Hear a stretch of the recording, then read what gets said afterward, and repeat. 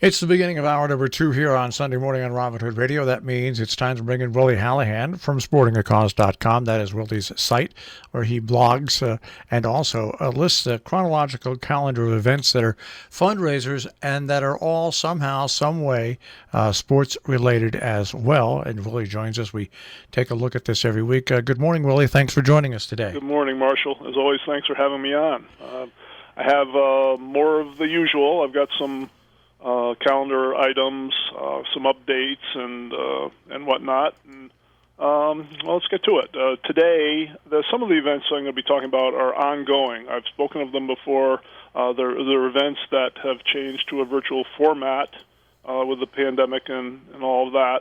And they're giving their participants time to run or bike these events on their own. So instead of being on a specific day, oftentimes they're allowing a month to do it. So today is one of those. The Connecticut FKT Running Challenge continues. That goes through the 22nd of September, and that's a virtual ongoing event where runners use Connecticut trails. They're long 15-mile plus trails.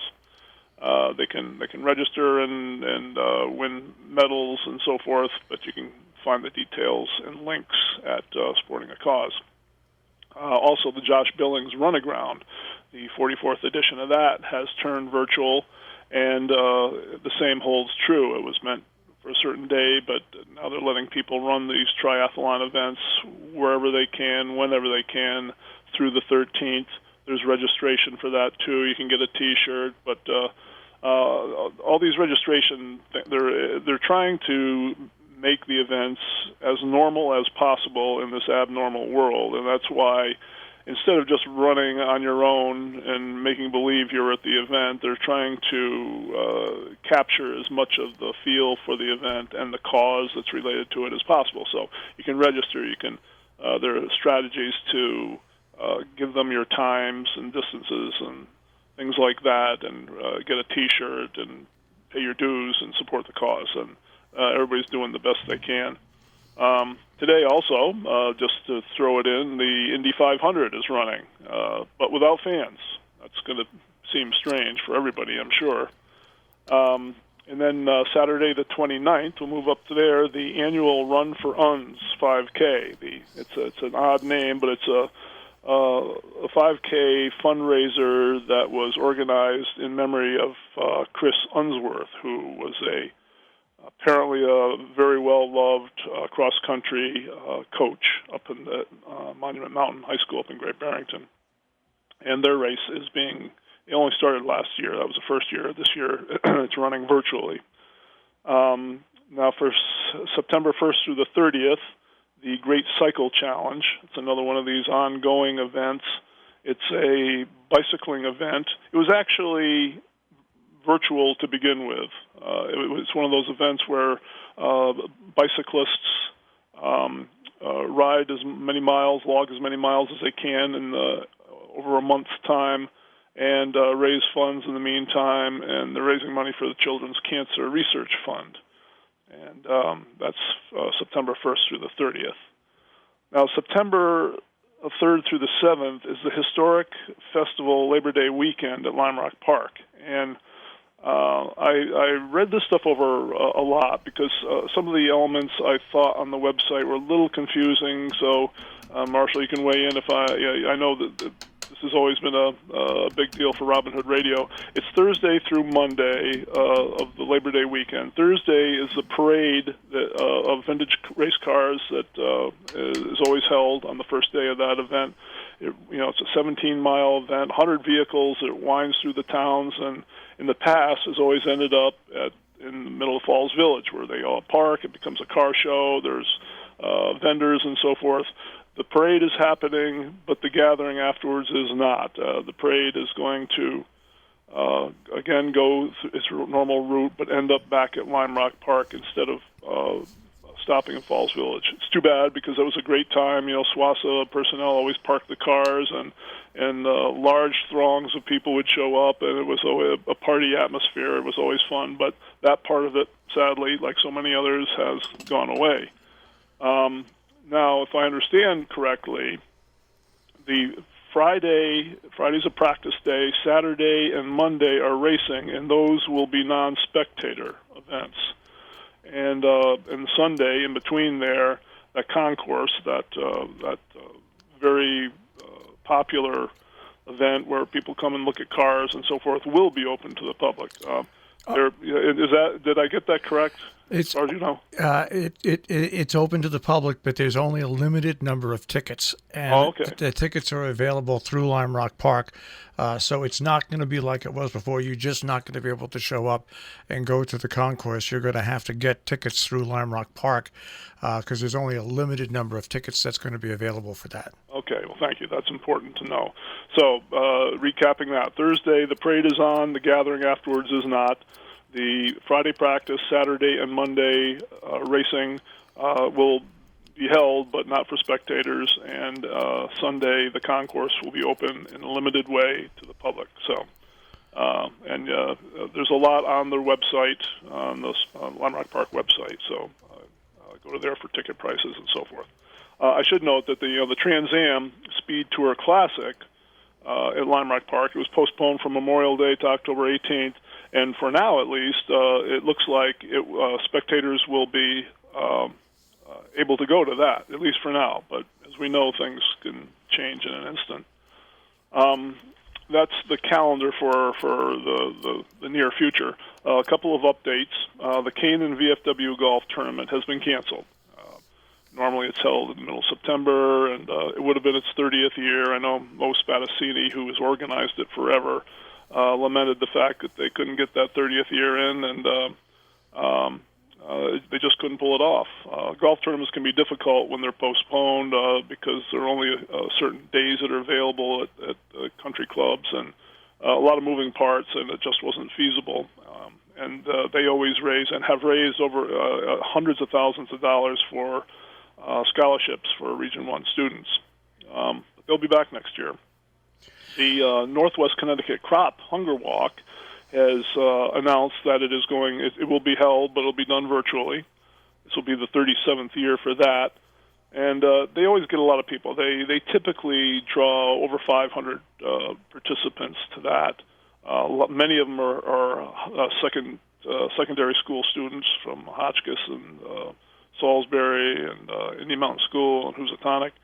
And they raised like $40,000 last year. Hope to raise $45,000 this year. They feed hungry people. I mean, it never is a cause more important than it is today, because more and more people are in need. They're food deficient, and 25% of the proceeds always stay right in the area and are just distributed among the local food banks, and 75% goes worldwide. And people are asked, this is another one, they have a week to do their walk. They're asked to walk anytime, anywhere from the 21st of September to the 27th. And the Trinity Episcopal Church in Lime Rock is a sponsor. You'll be able to go to Sporting a Cause. I haven't got this update on my website yet, but I will in the next day or so, to get registration information and strategies for raising money. I want to just inject here, the Sharon Classic Road Race has also gone virtual this year. It has. It has. Okay. Just simply, they just can't run it the other way. It's a very popular race with a lot of runners now. Oh, it certainly is, yeah. So now it's going to be virtual between September 26th and October 4th. Okay. All proceeds will benefit the Sharon Daycare Center. You have to register online at sharonclassic.org/register, and you will receive a race bib. Now, if you register by September 10th, you'll have a custom bib with your name on it, and they'll run it virtually this year for the first time. I think the race is now this is the 35th annual. Yeah. We've talked about that. It's like so many, and I remember it was supposed to be like May 5th or something that weekend. Yep. It's one of the first races of the season, and when they put it off to September, I'm sure everybody was sure, okay, by the end of the summer, we'll be good to go again. But that's not the way things have worked out, and they're not the only one. Thank you for for bringing that up. I'll get the details and get that up on my website too. Another update is the Walk to Defeat ALS. That's Lou Gehrig's disease. They decided to go virtual. This is an event that was it's a walk-a-thon format that's always been held on the walkway over the Hudson, but they've gone virtual. So you walk wherever you want. They've got a lot of money to raise. They typically raise $200,000 a year. It's a big event for them. They've raised $12,000 so far, but they've got a ways to go. And my blog this week was about ALS, and I talk about a young lady, Nicole Roy, who grew up in Lakeville, and she participates in the fundraiser every year, and she's looking to raise money. Her father passed away from ALS. He was a good friend of mine. It's a hideous disease, and like so many other diseases, there's this urgency to raise money to find the cause and find the cure. And that's about it for updates, Marshall. I wanted to talk with you for a second about, in Connecticut, this affects Connecticut schools, the CIAC, the governing body of sports, has delayed again its decision about how to deal with sports, the fall sports. And I'm not sure you follow it a lot closer than I do and know more about it. I know that there have been delays and football teams and soccer. Everybody's just hanging on this decision, and I would not want to be a decision maker in this world at all. Schools are having their challenges in trying to figure out how to open schools for kids, whether it's a hybrid form or in person or remote or whatever, and of course sports are the same way. So the high school sport situation is important to me for my website because so many events throughout the year that are sports-related fundraisers are actually generated by school teams. They're holding a varsity versus alumni basketball game, for example, to raise money for something, or the volleyball team is raising money for breast cancer, or Whoosy hockey team is playing a game against one of their rivals to raise money for the food banks. It goes on. It's probably the largest category school-related events that I have. And along with sports themselves, these fundraisers are in jeopardy. So, and I ask you, because you follow the whole sports scene much more closely than I do, what your take is on, do you think sports will even happen this fall? It just seems like the delays keep going. You delay long enough and you don't have to worry about it anymore because it's too late. I think certain sports will happen this fall. I'm not sure which ones. I think if football happens in the state of Connecticut, it will be springtime football. I think it'll be totally flip-flopped. I also think that girls volleyball starts fairly early as well. I think, doesn't it? I think so. Yeah. I think what happened was the CIAC came out and they were going to start. Then the Connecticut Department of Health said, whoa, no. So now coming up on August 29th, the CIAC has delayed all sports until August 29th. Before that time, they will get together with the Department of Health in Connecticut and decide what they're going to do.